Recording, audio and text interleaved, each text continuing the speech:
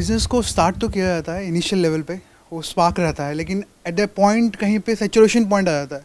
अब क्या, अब समझ नहीं आता। आई अंडरस्टैंड कि मतलब एक बार बिजनेस हमने स्टार्ट तो कर दिया, एक लेवल पे आ गया, लेकिन ये नहीं पता उसके बाद क्या करें। सैचुरेशन पॉइंट आ गया। कितने चाहते हैं ये हो आज के सेशन का topic? That means how to take the business on the next level. If you can also talk about a little bit of a blueprint to success so that we don't hit plateau like these guys are saying. Right. Can we have a blueprint of success right in the beginning and then walk on it and assume that we're going to meet those targets? अगर short कोई blueprint है business में successful होने का, तो वो सिर्फ ये है कि हमको ये समझ आ जाए कि कोई ब्लूप्रिंट नहीं है. एंड हाँ, दिस इज द ओनली हाँ, बिकॉज ब्लूप्रिंट फॉलो करने का मतलब क्या है? वो ब्लूप्रिंट किसी ना किसी ने बनाया है. जिसने बनाया है उसने पास्ट के बेस पे बनाया है, प्रेजेंट के बेस पे तो नहीं बनाया. फ्यूचर उसको पता ही नहीं क्या है. तो मतलब वो बंदे ने 10-20 साल पहले कोई काम किया था, उसके बेस पर उसका जो एक्सपीरियंस था उसके बेस पे कुछ लिख दिया है और लोगों को बोल रहा है देखो ये है, इसको फॉलो करो. और थियोरेटिकली वो सारी बातें हमको पता होती हैं. It's more to do with the mindset. And as far as mindset is concern, तो it's not a blueprint. There is a difference between a blueprint, that means blueprint means a formula और a step by step process. There is a difference in that and there is a difference in mindset. Business शुरू करना है तो क्या हमारा mindset होना चाहिए? शुरू हो गया, एक लेवल पे आ गया, अब क्या होना चाहिए? आगे ग्रो कैसे करते हैं? ग्रोथ माइंडसेट क्या है? तो ये ज़्यादा इंपॉर्टेंट है समझना, बजाय कि थियोरेटिकली कुछ करने के. जैसे स्कूल कॉलेज में इतना पढ़ा, उसमें से प्रैक्टिकली कितना काम आता है? नहीं आता है ना. हाँ, आपके हिसाब से कैसे लेकर के जाते हैं बिजनेस को नेक्स्ट लेवल पे? Always taking a risk. Always taking a risk. Yep. क्या रिस्क लेने से हम आगे बढ़ते हैं बिजनेस में, नेक्स्ट लेवल पे जाते हैं? Definitely, for sure. Is it? Yes, for sure. तो इसका मतलब ये है किसी के पास में 10 लाख रुपए पड़ा है, वो कुछ भी रिस्क ले ले तो वो नेक्स्ट लेवल पे चला जाएगा. No. Can we use a term calculated risk, Exactly. Right, Calculated risk. Rather than risk? Exactly. यानी अगर हम रिस्क लें बिना किसी कैलकुलेशन के तो मरे, और कोई रिस्क ही ना लें तो भी मरे. और अगर कैलकुलेशंस आपकी बिल्कुल सही है, बिल्कुल परफेक्ट है, तो वो रिस्क है ही नहीं. क्लियर है ना? हाँ बोलिए. So innovating new things and ideas. नए नए आइडियाज इंप्लीमेंट करना. देखो क्या हो रहा है, मैं आप लोगों की ना थॉट प्रोसेस को समझता चला जा रहा हूं, क्योंकि आप सब ऐसे ही सोचते हो and it needs to be corrected. Ideas की कमी नहीं होती है, इनफैक्ट एक्सेस ऑफ आइडियाज होते हैं. मैं सही कह रहा हूं, गलत कह रहा हूं? हजारों आइडियाज आ जाते हैं, लेकिन आपके पास में जो टाइम है वो लिमिटेड है, रिसोर्सेज लिमिटेड हैं. अब क्या करें उन आइडियाज का? So ideas is not the answer if you want to take your business on the next level. In fact business में एक अच्छे आइडिया से ज्यादा जो इंपॉर्टेंट है वो है कि किन आइडियाज को आप रिजेक्ट कर रहे हो. मतलब इससे इंपॉर्टेंट कि आप किन आइडियाज को इंप्लीमेंट कर रहे हो, इससे बड़ी जो आपको क्वालिटी चाहिए वो ये है कि कैसे आइडियाज को रूथलेसली छोड़ा जाता है. चाहे वो आपकी टीम ने दिया, वहां पर तो छोड़ना बड़ा सिंपल होता है कि भाई मैं बॉस हूं, चल भाई तूने आइडिया दिया तो बेकार ही होगा, छोड़ दिया. बट हमने खुद एक आइडिया हमारे माइंड में आया है, तो वहां पर पूरी तरह से अनबायस्ड होना बहुत इंपॉर्टेंट है. चाहे वो आइडिया यहां से है, चाहे वहां से है, कहीं से भी है. बेकार है तो बेकार है, बढ़िया है तो बढ़िया है. मतलब उस आइडिया की हमको पहले डेप्थ में जाना है, जो बेकार है उसको छोड़ते चले जाना है. यानी कम चीजें करनी है लेकिन उसको अच्छे से करनी है. Business is not about doing too many things.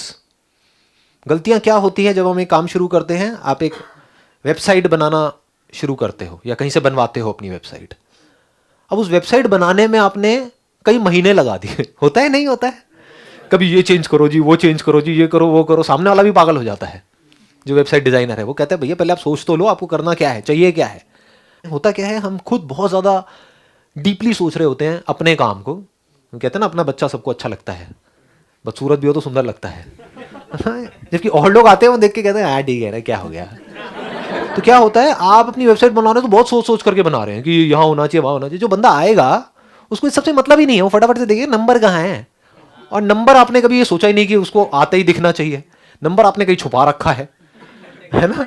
बंदे को ढूंढना पड़ रहा है नीचे फुटर में जाकर के. वो कह रहा है भैया ये कहाँ है, या उसको नंबर चाहिए, आपने नंबर ही नहीं दिया, एक बस कॉन्टैक्ट फॉर्म दे करके छोड़ दिया. वो बंदा आ गया किसी तरीके से, आपने मार्केटिंग करी, वो वहां तक पहुंच गया, उसने कहा कौन भरेगा फॉर्म, छोड़ो बेकार है, साइट बंद. और आपने 1 साल लगाया ऐसी साइट बनाने में. समझ गए मैं क्या कह रहा हूं? Ideas is not the answer. Taking a risk is not the answer. In fact बहुत बार ऐसा होता है बिजनेस में जहां पर रिस्क लेने की जरूरत ही नहीं होती है, हम अननेसेसरी रिस्क ले रहे होते हैं. It's not required. इनफैक्ट अगर मैं ऑनेस्टली बताऊं तो मैंने बिजनेस में कभी भी कोई मेजर रिस्क नहीं लिया है. पीसफुली आराम से काम करता हूं. शुरू कहाँ से किया था? 10-12 हज़ार रुपये से.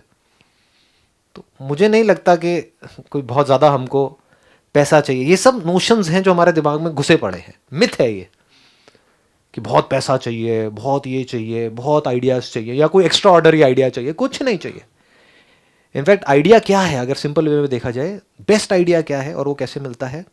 If you need an idea, really an idea to take our business on to the next level, समझने से कि जो हमारे क्लाइंट्स हैं उनको क्या चाहिए. अभी सुनने में आपको बड़ा क्लीशेड लगेगा, आप कहोगे यार इसमें क्या है, ये तो पता है, लेकिन आप खुद अपने आप से सच बोलो कि आप जो काम कर रहे हैं उसमें दिन में कितने घंटे आप ये स्टडी करने में लगाते हैं कि मेरे क्लाइंट्स को क्या चाहिए, और कितने घंटे ये स्टडी करने में लगाते हैं इंटीरियर कैसा होगा ऑफिस का, ये कैसा होगा, वो कैसा होगा. समझ गए? हाँ, तो हम वहीं फंसे रह जाते हैं. जो करने वाला काम है वो एक्चुअल में हम कभी नहीं करते. हमारा जब काम शुरू हुआ था तो उससे पहले जब ये इमेजेस बाजार वाला बिजनेस शुरू हुआ था, I personally went to around 100 agencies जो हमारे पोटेंशियल क्लाइंट थे, और उनसे जा करके डीपली समझा था कि क्या हो रहा है. उन्होंने नेगेटिव बोला तब भी बड़े ध्यान से समझा, पॉजिटिव बोला तब भी बड़े ध्यान से समझा कि क्या है. जब हमने वो बिज़नेस शुरू किया था तो उस टाइम पे सीडीज़ चलती थी स्टॉक फोटोग्राफी की. 500 रुपये की सीडी आती थी नेहरू प्लेस में, जिसमें 100 इमेजेस मिलती थी. तो एक इमेज कितने की हो गई? 5 रुपये की. उस टाइम पे जब हमने बिजनेस शुरू किया था तब ऑन एन एवरेज हम एक इमेज सेल करते थे 5,000 रुपये की. तो हमारा कंपटीशन किससे था? 5 रुपये वर्सेस 5,000 रुपये. तो सबने क्या कहा था कि कोई नहीं लेगा. And we are the market leaders in India. But I will not talk about my own experience. I just try to understand कि आपका क्या माइंडसेट है, फिर उसको लिंक करता चला जाऊँगा. सर यहाँ इंडिया में ना डिफरेंट टाइप की मार्केट्स हैं. अब जैसे कई मार्केट्स हैं जहाँ पे सिर्फ रेट्स देखा जाते हैं, जिसका माल सस्ता उसका माल सबसे पहले बिकेगा. इन दैट केस बहुत बार लॉसेस में भी माल बेचना पड़ जाता है. बिल्कुल ठीक बात है. उस केस में क्या किया जाए सर? या तो अपनी मार्केट चेंज करो. ओके. उस मार्केट से लो जहाँ पर लोग सस्ते में लॉस में बेचने को तैयार हैं. मतलब जितने का प्रोडक्ट वो खरीद रहे हैं उससे कम में भी बेचने को तैयार है मार्केट में सर्वाइव करने के लिए या कैप्चर. तो आपको उस मार्केट से आपने प्रोडक्ट खरीद लिया क्योंकि उससे सस्ता तो कहीं मिल ही नहीं सकता, और जाकर किसी और मार्केट में बेच दिया. फॉर एग्जांपल गुजरात में आप देखते हो कि हाँ भाई इस पर्टिकुलर प्रोडक्ट में बहुत ज़्यादा कंपटीशन है, तो वहीं पे बैठे रहने से अच्छा है वहाँ से आपने प्रोडक्ट लिया, जा करके नॉर्थ ईस्ट में बेचा जहाँ पे मार्जिन मान लो 50% का है, 100% का. ये एक तरीका है. राइट? It make sense. हाँ. 2, तो उस काम को बंद कर दो, कोई और काम करो. सिंपल है ना. It's such a common sense. अब क्या होता है, हमारा माइंड वहीं पे स्टक हो जाता है, नहीं मेरे बाप दादा कर रहे हैं पिछले 30 साल से, तो मैं बंद कैसे कर दूं. Exactly. बिजनेस में टाइम के साथ में जो नहीं बदलता है उसके लिए बिजनेस है ही नहीं. बिजनेस उनके लिए है जो कल कुछ सोच करके बैठे थे और वो सोच रहे थे बेस्ड अपॉन 10 साल में जो किया था उसके बेस पे, लेकिन आज कुछ ऐसा हुआ, कोई नई पॉलिसी आई या कुछ भी ऐसा चेंज हुआ मार्केट में, तो उस 20 साल में जो भी एक्सपीरियंस एक्वायर किया 10-20 साल में, उसको उठा करके कचरे के डब्बे में डाला और बोला चल आज देखता हूँ आज क्या करना है.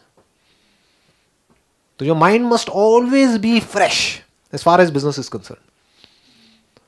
जैसे ही आपको नजर आए कि इस मार्केट की धज्जियां उड़ गई है, कंपटीशन कट थ्रोट है, मार्जिन ऑलमोस्ट जीरो हैं या नेगेटिव में जा रहे हैं, सस्टेनेबल ही नहीं है वो बिजनेस, और हम फिर भी वहां पे अड़े हुए हैं, और इससे भी बुरा क्या हो सकता है, उसी तरह से कर रहे हैं जिस तरह से पिछले 20 साल से करते आए हैं कि भाई हम तो ऐसे ही करते आए हैं तो अब तो ऐसे ही करेंगे, पहले भी तो किया था और देखो हम कहाँ पहुंच गए थे, तो आज भी हम ऐसे ही करेंगे. तो मरोगे. सड़क पे आओगे. बिजनेस के लिए अकॉर्डिंग टू मी 3 चीज़ होनी चाहिए: पैशन, विल पावर और तीसरा आउट ऑफ बॉक्स थिंकिंग. अगर आपके पास पैशन है तो आप कोई से भी बिजनेस में घुसोगे, आप उसमें कर दोगे. जैसे आप कहते हो करना है करके दिखाना. नहीं अंकल, ऐसा नहीं है जो आप बोल रहे हो. यही होता है प्रॉब्लम. हम थियोरेटिकली समझते हैं ना कि मेरे अंदर पैशन होगा तो मैं बिजनेस में सक्सेसफुल हो जाऊंगा. बहुत लोग बहुत पैशन के साथ बहुत काम करते हैं और बुरी तरह से फेल हो जाते हैं. बिजनेस में पैशन से ज्यादा जरूरी पेशेंस है. बड़े आराम से ठंडे दिमाग से समझ करके सिर्फ एक चीज फिगर आउट करनी होती है एक बिजनेस के अंदर. वो एक अगर आपने फिगर आउट कर ली, अपनी सही पोजीशनिंग आपने बना ली अपने माइंड में पहले, फिर उसको प्रैक्टिकली आराम से आपने अप्लाई कर दिया, तो और कुछ करने की जरूरत ही नहीं है. ठीक है ना, कोई बीमार है उसको एक दवाई चाहिए, अगर आपने वो दवाई क्रैक कर ली और वो दवाई असरदार है तो अब आपको और क्या चाहिए बिजनेस में कामयाब होने के लिए?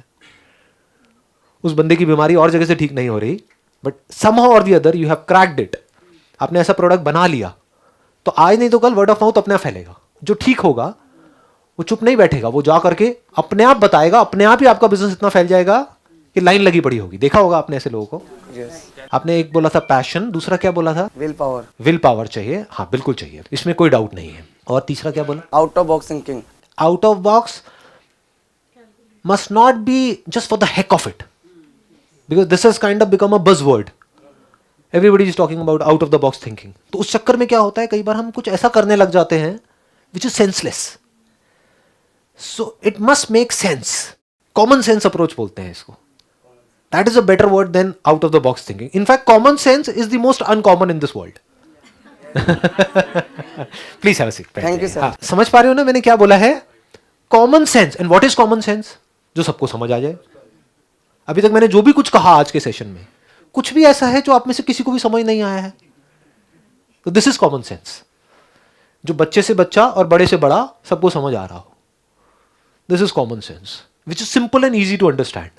लेकिन हम कुछ अपने माइंड में कॉम्प्लिकेटेड सा बिजनेस प्लान बना करके ला रहे हैं। इनफैक्ट बिजनेस प्लान के बारे में एक बात कही जाती है सिलिकॉन वैली में, कि अगर आपका बिजनेस प्लान एक पेज के अंदर आप एक्सप्लेन नहीं कर पा रहे तो आप समझ जाओ कचरा है, बेकार है। और हम क्या करते हैं बिजनेस प्लान बना रहे हैं, बड़ी बड़ी फाइल्स बना ली, ये कर लिया, इतने मोटे, और फिर जा रहे हैं लोगों को दिखा रहे हैं, देखो जी ये है हमारा बिजनेस प्लान। वो कह रहा है मेरे पास टाइम नहीं है सबका, शॉर्ट में बताओ क्या है। और शॉर्ट में उनको पता ही नहीं बताना कैसे है, क्योंकि कॉम्प्लेक्स हो गया ना। तो it must be simple, it must be easy to understand, not just for others but for yourself also. अगर मैं आपको कहूँ चलो 4 लाइनों में बताओ क्या है आपका बिजनेस, तो you must be absolutely clear, ये है जी मेरा बिजनेस। तो जैसे हम पैशन, इंटरेस्ट और विजन, इन सारी चीज़ों की बात करते हैं, तो बहुत सारे एंटरप्रेन्योर्स होते हैं जो कि फैमिली बिजनेस उनको मिलता है और उसको चलाने की रिस्पॉन्सिबिलिटी उन पे आ जाती है, बट कहीं ना कहीं उनका इंटरेस्ट और पैशन उसमें होता ही नहीं है। बिल्कुल सही बात है। तो बिजनेस भी बहुत अच्छा है, ऑलरेडी फैमिली ने सेटअप किया हुआ है, स्कोप भी बहुत है, बढ़ाना भी बहुत है, बट इंटरेस्ट ही नहीं है उसमें। तो उसमें इंटरेस्ट डेवलप करना, पैशन उसमें लेकर आना, इज़ इट पॉसिबल? क्या वो हो सकता है, या वो उसको उस बिज़नेस को ही बंद करने का सोचना पड़ेगा? नहीं, बंद करने की ज़रूरत नहीं है, क्योंकि अगर आप कह रहे हैं बिजनेस ऑलरेडी अच्छा है, फैमिली का बिजनेस है और एक पर्टिकुलर लेवल पे है, तो उसको बंद करने से अच्छा है कि उसको आप डेलीगेट कर सकते हैं, इन द सेंस अपनी एक सिस्टम्स एंड प्रोसेसेस में कन्वर्ट कर सकते हैं बिजनेस को, ताकि रिपोर्टिंग सिस्टम बिल्कुल क्लियर हो जाए विदाउट एनी ह्यूमन इंटरवेंशन।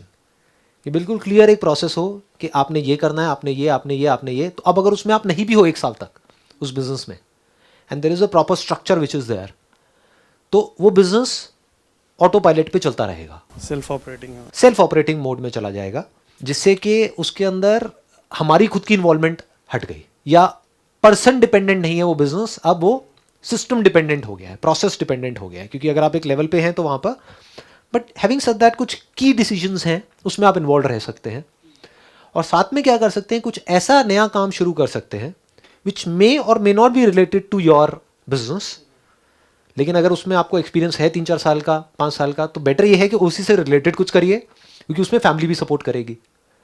जैसे ही आप कुछ नया करने की बात करेंगे तो फैमिली अगेंस्ट हो जाएगी। तो अगर उसी इंडस्ट्री से रिलेटेड, वैसे क्या इंडस्ट्री है आपकी? Security services. Security services. तो उसी सिक्योरिटी सर्विसेज में अगर कुछ ऐसा करें जो और लोग नहीं कर रहे हैं, तो आपको मज़ा भी आएगा वो करने में, अपने आप ही मज़ा आने लग जाता है। क्योंकि मज़ा कैसे आता है कोई भी काम करने में? When we are creating something new, वहाँ पे मज़ा आता है लाइफ में। जो क्रिएट हो चुका है ऑलरेडी, उसी को बार बार करने में बोरिंग होता है। तो अब आप क्या कर रहे हैं, आपके वही एग्जिस्टिंग क्लाइंट्स, उनको आप कुछ नया ऑफर कर रहे हैं, और वो कुछ ऐसा है जो पूरे इंडिया में कोई और ऑफर नहीं कर रहा है, और उस सेगमेंट में आप पूरी तरह से इन्वॉल्व हैं। तो आपका पैशन भी आ गया, आपको मज़ा भी आ रहा है उस काम को करने में, कुछ क्रिएट भी कर रहे हो आप, कुछ इनोवेट कर रहे हो। फॉर एग्जाम्पल, जो सिक्योरिटी गार्ड्स हैं, मान लो उनको लड़कियां बना दो। हाँ, उनको लड़कियां मत बनाओ।